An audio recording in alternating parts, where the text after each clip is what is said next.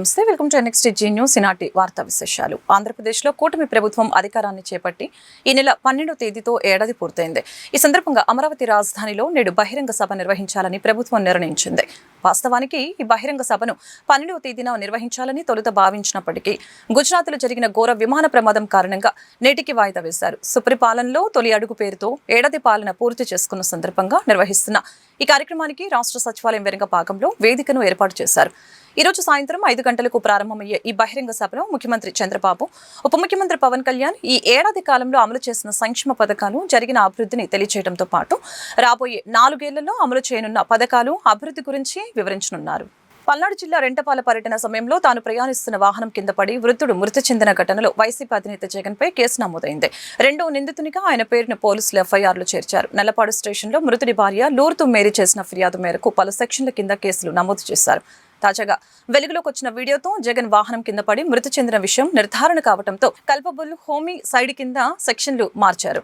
నేరం నిరూపణ అయితే జగన్ కు జీవిత ఖైదు పడే అవకాశం ఉందని న్యాయ నిపుణులు అభిప్రాయపడుతున్నారు. మన ఎక్సీఎం గారు ఫార్చునర్ వెహికల్ వీల్ కిందకి వాళ్ళు పడిపోవడం, దాని వెహికల్ టైర్ ఎక్కుతున్నట్టు ఒక వీడియో మనకి ఎవిడెన్స్ గా దొరికింది. దాని మేరకు మనం 106 సబ్ క్లాస్ 1 బిఎన్ఎస్ సెక్షన్ ని మళ్ళీ 105 బిఎన్ఎస్ కిందకి మనం మార్చడం, అలాంగ్ విత్ 49 బిఎన్ఎస్ కిందకి సెక్షన్ ని మార్చేసి దానిలో ఉన్న డ్రైవర్, తర్వాత ఎక్సీఎం గారు, తర్వాత నాగేశ్వర్ రెడ్డి, సుబ్బారెడ్డి గారు, పెర్నాని అండ్ విడుదల రజన్ గారు అందరినీ కూడా అక్యూజ్డ్ కాలంలో యాడ్ చేయడం జరిగింది. సో ఇది మన ఫర్దర్ ఇన్వెస్టిగేషన్ లో ఇంకా ఇన్ డెప్త్ ఇన్వెస్టిగేషన్ చేస్తూ కేసుని యాజ్ పర్ లా ఫైనలైజ్ చేస్తాం.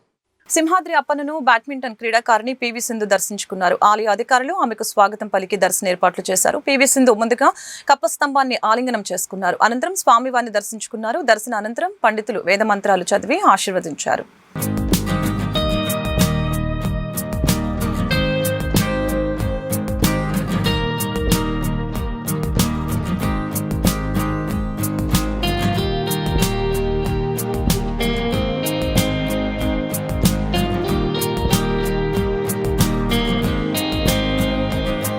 సమాజంలో సేవా కార్యక్రమాలు అనేక రూపాల్లో జరుగుతూ ఉంటాయి. అయితే వీటన్నిటిలో మహోన్నతమైన సేవా కార్యక్రమం రక్తదానం మాత్రమే అని చెప్పవచ్చు. రక్తదానంతో మరొకరి ప్రాణదాతలుగా మారే మహాభాగ్యం దక్కడం అదృష్టమని భావించవచ్చు.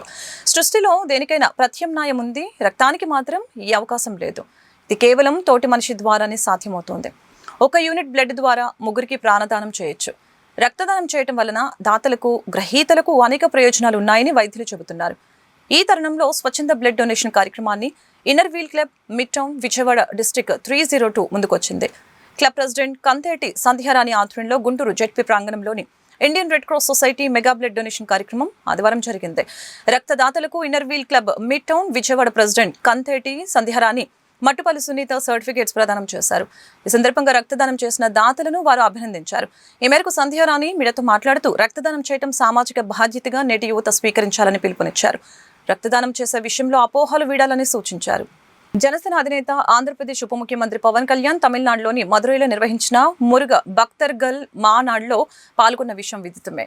మదురైలో పవన్ కళ్యాణ్ కు తొలుత అక్కడి బీజేపీ నేతల నుంచి ఘన స్వాగతం లభించింది. అనంతరం ఆయన వివిధ ప్రాంతాల్లోని మురుగన్ ఆలయాలకు వెళ్లి ప్రత్యేక పూజలు చేశారు. ఆ తర్వాత మానాడు వేదికపై ముఖ్య అతిథిగా పాల్గొన్న పవన్ కళ్యాణ్ హిందుత్వం గురించి కీలక వ్యాఖ్యలు చేశారు.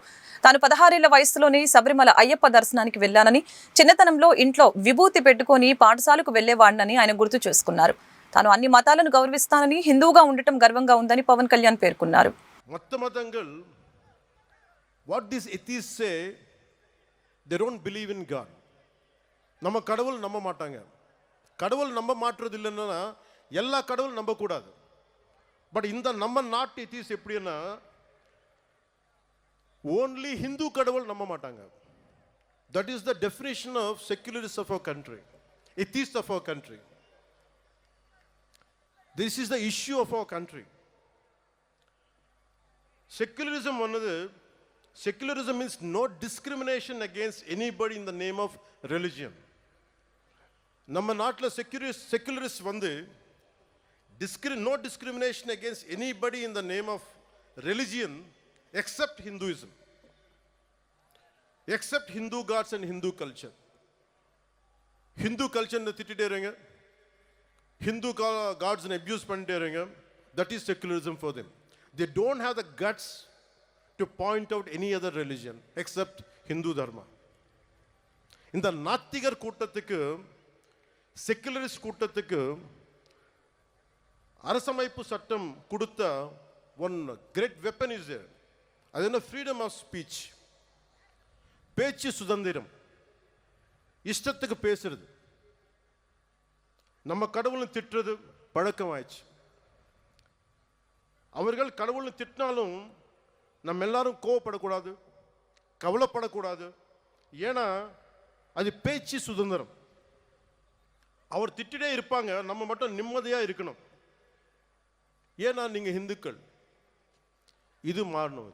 This has to change.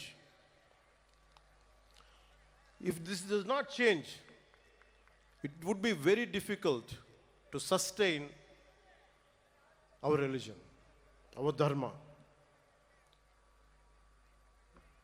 Anywhere in our country, being a Hindu, I'm not a fanatic Hindu, I'm a committed Hindu. I respect Islam, I respect Christianity. Only na kekiradu enna, don't disrespect my Hindu dharma. நம்ம அறம் பத்தி நீங்க எதுவுமே சொல்லாதீங்க. This is my pleading. ఇరాన్పై America దాడుల్ని ప్రధాని మోదీ, నరేంద్ర మోదీ ప్రభుత్వం ఖండించకపోవడంపై కాంగ్రెస్ తీవ్ర విమర్శలు చేసింది. ఇలాంటి సమయంలో భారత ప్రభుత్వం మరింత నైతిక ధైర్యాన్ని ప్రదర్శించాల్సిన అవసరం ఉందని నిర్దేశించింది. అమెరికా దాడులు, ఇజ్రాయెల్ దురాక్రమణలు, వరుస హత్యలపై భారత్ ఖచ్చితమైన విమర్శలు లేదా ఖండించకపోవడం చేయలేదని కాంగ్రెస్ ప్రధాన కార్యదర్శి జైరాం రమేష్ పోస్టు చేశారు. గాజాలో పాలస్తీన్ల ఊచకోతపై భారత్ ఘోరమైన మౌనం వహించిందని జైరాం రమేష్ గుర్తు చేశారు. ఇరాన్పై దాడి చేయాలన్న అమెరికా అధ్యక్షుడు ట్రంప్ నిర్ణయం చర్చలకు రావాలన్న తన సొంత పిలుపునే ఎగతాళి చేస్తుందని తెలిపారు. కాగా ఇరాన్ కవ్వింపు చర్యలకు పాల్పడుకున్న అమెరికాతో చర్చలు జరుపుతున్న ఇజ్రాయెల్ ఆ దేశంపై భీకర దాడులు చేసింది. దానిపై రష్యా, చైనా వంటి దేశాలు తీవ్రంగా ఖండించాయి. భారత్ తటస్థ వైఖరి అవలంబించింది. అమెరికా దాడుల నేపథ్యంలోనూ ఇరాన్ అధ్యక్షుడు పెజెష్కియాన్తో ఫోన్లో మోదీ 45 నిమిషాలు మాట్లాడినా అమెరికా దాడుల్ని ఖండిస్తున్నట్లు ఎక్కడా చెప్పలేదు. తిరుమల శ్రీవాణి బాలీవుడ్ నటి విద్యా బాలన్ దర్శించుకున్నారు. శనివారం 2వ VIP ప్రారంభ విరామ దర్శన సమయంలో ఆమె కుటుంబ సభ్యులతో కలిసి స్వామివారి సేవలో పాల్గొన్నారు.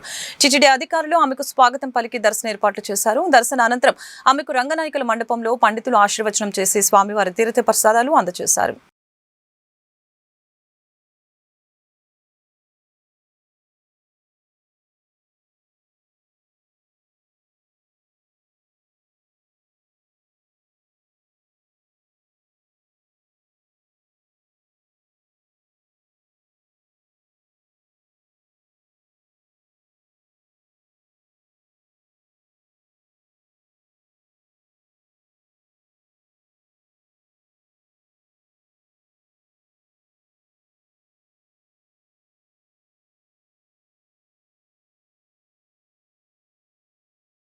భారతీయ జనతా పార్టీ మూల సిద్ధాంతకర్త జనసంఘ్ వ్యవస్థాపకుడు శ్యామ్ ప్రసాద్ ముఖర్జీ వర్ధంతి సందర్భంగా బీజేపీ రాష్ట్ర అధ్యక్షురాలు పురంధేశ్వరి నివాళులర్పించారు. పోలింగ్ బూత్, శక్తి కేంద్రాల వేదికగా శ్యామప్రసాద్ వర్ధంతి నిర్వహించాలని పార్టీ నేతలు, కార్యకర్తలకు ఆదేశించారు. శ్యామప్రసాద్ మహోన్నత వ్యక్తి అని ఆమె కొనియాడారు. 23 శ్యామప్రసాద్ ముఖర్జీ గారి వర్ధంతి.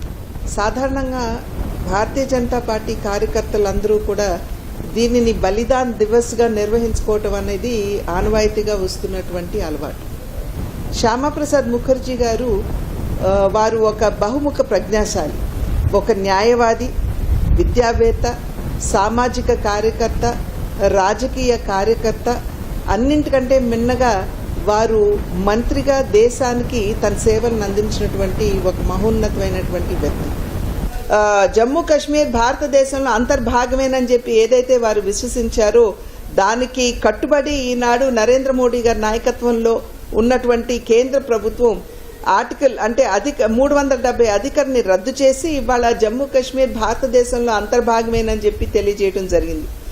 శ్యామప్రసాద్ ముఖర్జీ గారి జీవితాన్ని అర్థం చేసుకుంటూ వారి ఆశయాల్ని ముందుకు తీసుకువెళ్లడంలో ప్రతి ఒక్కరూ కూడా వారి కృషిని అందిస్తున్నటువంటి సందర్భంలో ప్రతి భారతీయ జనతా పార్టీ కార్యకర్త కూడా శ్యామప్రసాద్ ముఖర్జీ గారి నిజమైన వారసులు అని చెప్పి నమ్ముతున్నాను. జగన్ కారు కింద పడి సింగయ్య నలిగిన దృశ్యాలు భయానకంగా ఉన్నాయని పీసీసీ అధ్యక్షురాలు షర్మిల ఆవేదన వ్యక్తం చేశారు.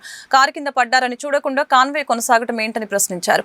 ప్రజల ప్రాణాలు తీసే హక్కు ఎవరిచ్చారని నిలదీశారు. పర్యటనలో 100 మందికి అనుమతినిస్తే 1000 మంది ముందు జగన్ చేతులూపటం ఏంటని ఈ సందర్భంగా ప్రశ్నించడం జరిగింది. జగన్ కారు కింద పడి సింగయ్య నలిగిన దృశ్యాలు భయానకంగా ఉన్నాయని పీసీసీ అధ్యక్షురాలు షర్మిల ఆవేదన వ్యక్తం చేశారు. కారు కింద పడ్డారని చూడకుండా కాన్వాయ్ కొనసాగడం ఏంటని ప్రశ్నించారు. ప్రజల ప్రాణాలు తీసే హక్కు ఎవరిచ్చారని నిలదీశారు. పర్యటనలో 100 మందికి అనుమతినిస్తే 1000 మంది ముందు జగన్ చేతులు ఊపటం ఏంటని అన్నారు. మీ ఉనికి కోసం ప్రజలను టైర్ల కింద తొక్కుకుంటూ పోతారా అని షర్మిల ఆగ్రహం వ్యక్తం చేశారు. ప్రజల ప్రాణాల మీద శవ రాజకీయాలు చేస్తున్నారని మండిపడ్డారు. ఇదేం రాజకీయం, ఇదెక్కటి రాక్షస ఆనందం అంటూ ధ్వజమెత్తారు. బెట్టింగ్ లో ఓడిపోయి ఆత్మహత్య చేసుకున్న వ్యక్తి విగ్రహ ఆవిష్కరణకు వెళ్లి ఇద్దరిని బలి తీసుకున్నారని దుయ్యపట్టారు. ఈ ఘటన పూర్తిగా జగన్ బాధ్యత రాహిత్యానికి అద్దం పడుతుందని ఈ సందర్భంగా మండిపడ్డారు. ఈ వార్తలు ఇంతటితో సమాప్తం. మరొక బులెటిన్లో మళ్ళీ కలుద్దాం. నమస్కారం.